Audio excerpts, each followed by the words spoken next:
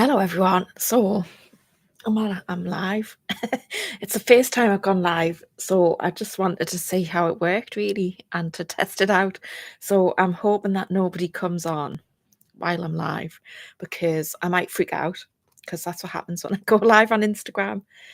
Actually, it doesn't anymore. Anyway, so I wanted to come on and talk about Morpeth and how that's going. So um Let Women Speak is coming to Morpeth on Sunday, and I'm part of the organising group.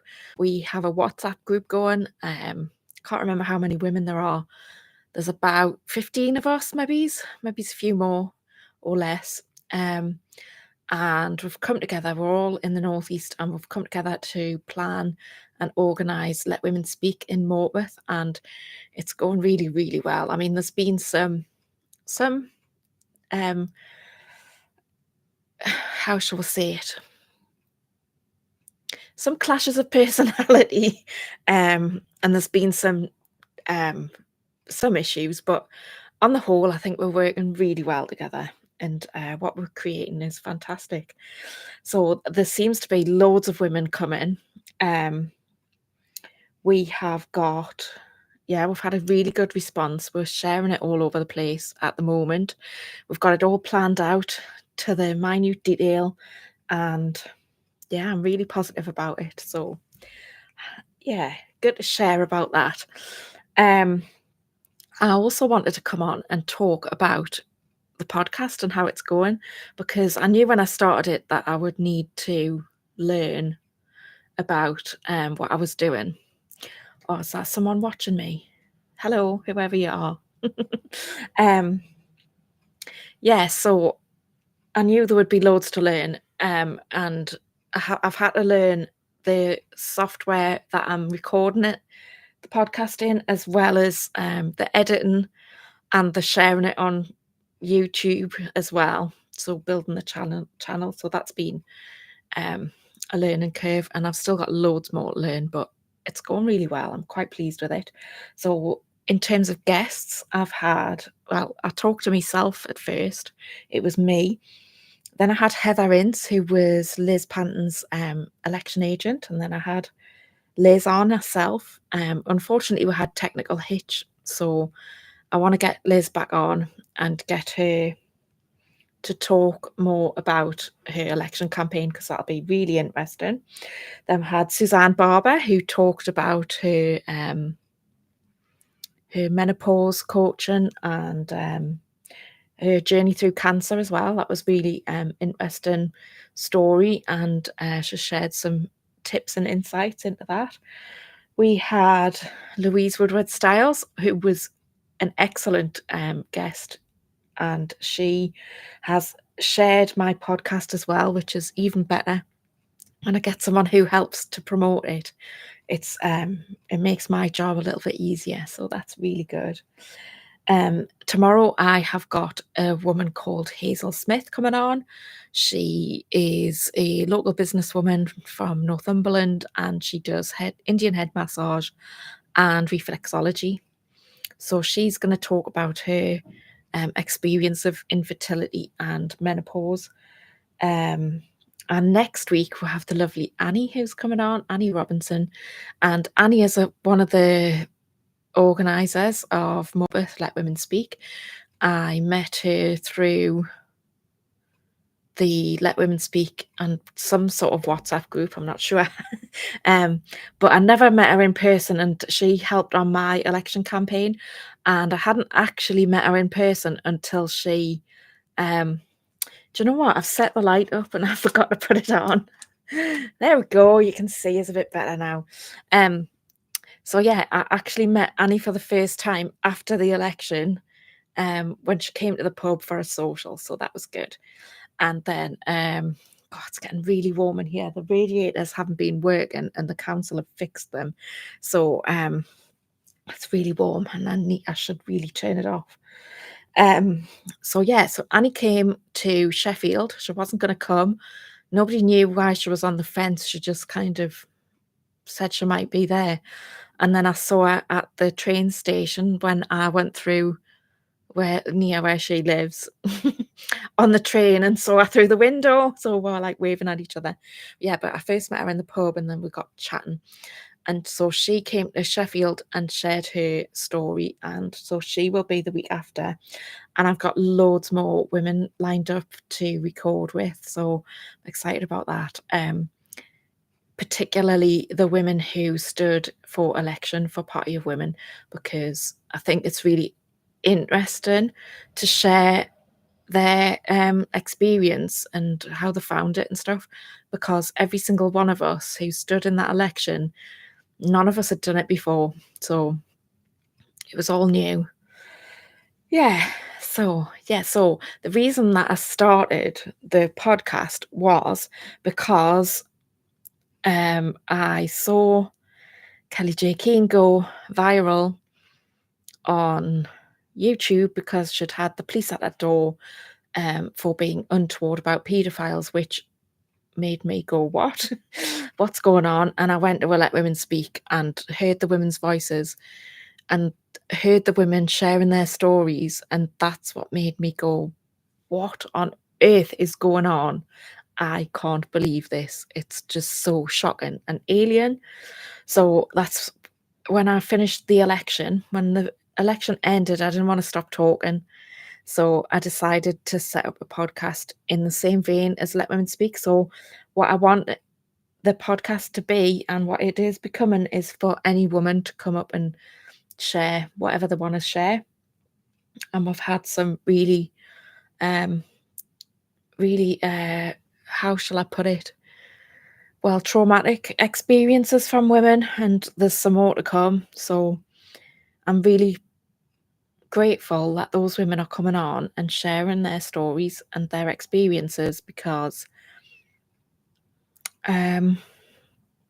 it's quite a vulnerable thing to do, to share your experience on the internet. But I think it helps other women to know that they're not alone. The other thing that's developed since I started the podcast was me flags behind us, because I had some plugs here. Yeah, plugs. So they're hidden by the flags now.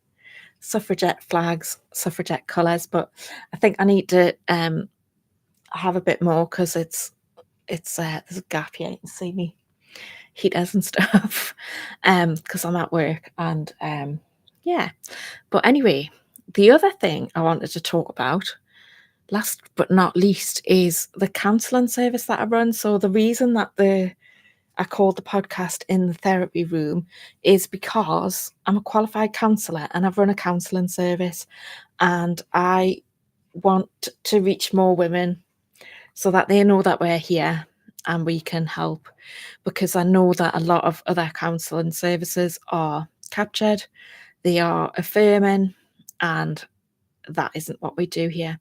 So as well as me, I'm a qualified counsellor. I qualified in 2011, quite a long time ago, but I also have students on placement, so that's that helps them to get their hours, and it helps us to be able to offer a low cost service to people on a lower income. And those women who are with me on placement, they are, counsellors usually come to it as a second, sticking out, as a second career. So none of them are like just leaving school. They've got a bit of life experience. Excuse me. The downside of going live, you can't edit that bit out. So those women are also, they know what's going on. I've had conversations with them, and they are not going to affirm anyone's gender either. So we do take an exploratory approach to counselling, and any issue that a client comes with, we would not just go, oh, you think this? Oh, well, yeah, that's absolutely right. That's true. We wouldn't do that. It's about exploring. So why do you think that? And trying to get to the root of the issue rather than just going, oh yes, let's go along with that. So yes, I wanted to come on and tell you about my counselling service, so that if you feel like some of the issues that we have raised on the podcast or are going on in your life that are being affected by the madness in the world, the lack of reality, or your family's being torn apart, or you're going through all of those things, then you can come and talk to someone in private if you wanted to, if you don't want to share your innermost thoughts and feelings online, because not everybody does.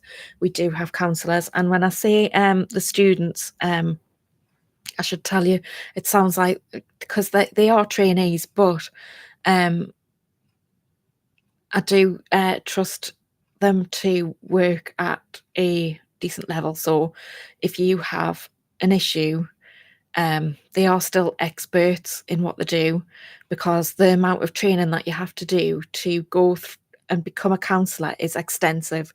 So you have your level 2, your level 3, and then you get to start your degree or your foundation degree. And you have to do your first year of your degree before you can start practicing on real people, and you practice with each other. And many counsellors have tricky issues going on in their life. It's why most counsellors start their training anyway. So that is, it is something that they have to get for their qualification. So it is a good offer, and they do get a lot of support as well. They get support from the college that they're training with. They get support from me. They have a clinical supervisor who supports them with client issues. So, but it's not like looking at clients and going, oh, they're going through that. No, we don't do that. It's about how the counsellor works with the client and what's going on in that room. If there's any transference, counter transference, anything weird that you're like, there's something going on in that room and I don't quite know what it is. Because that can happen quite a lot. And then you talk it through with someone and you go, oh, that's what's happening. So yeah, so we do have that counselling service. We do in person, face to face, and we also do online. So if you are somewhere else in the country, it's not a problem. We use a system called Clinical, and we use that. So it's a confidential system where it's just like Zoom. It's got like a video call function in there, and it's all confidential and secure. So that's our counselling service. So so I would like to know if you would like me to go live more often, and what you would like me to talk about, and who would you like me to have on as a guest? Who would you like me to speak to next? Yeah, feedback's good. I've had loads of feedback actually on the channel. It's really lovely. I'm really feeling really positive about the feedback that I've had. It's been nice, and yes, I just love being in this movement because I just get on so well with, I was going to say all the women, but obviously not all the women, because women do fall out sometimes. Well, everyone does, don't they? Everyone has like disagreements sometimes, but yeah, I do try, and I try not to fall out with people who have different opinions to me, just because they have different opinions to me, which is one of the things that is going on. Anyway, I'm going to stop because I'm really hot, and it's the first time I've gone live, and I just wanted to work out how it worked, really. So I've been talking to myself for like 15 minutes, which is fantastic. But yeah, I think I will need to improve me little podcasting space over time, and maybe me editing skills and me promotional skills as well, which so let me know what you would like to hear next. Bye for now.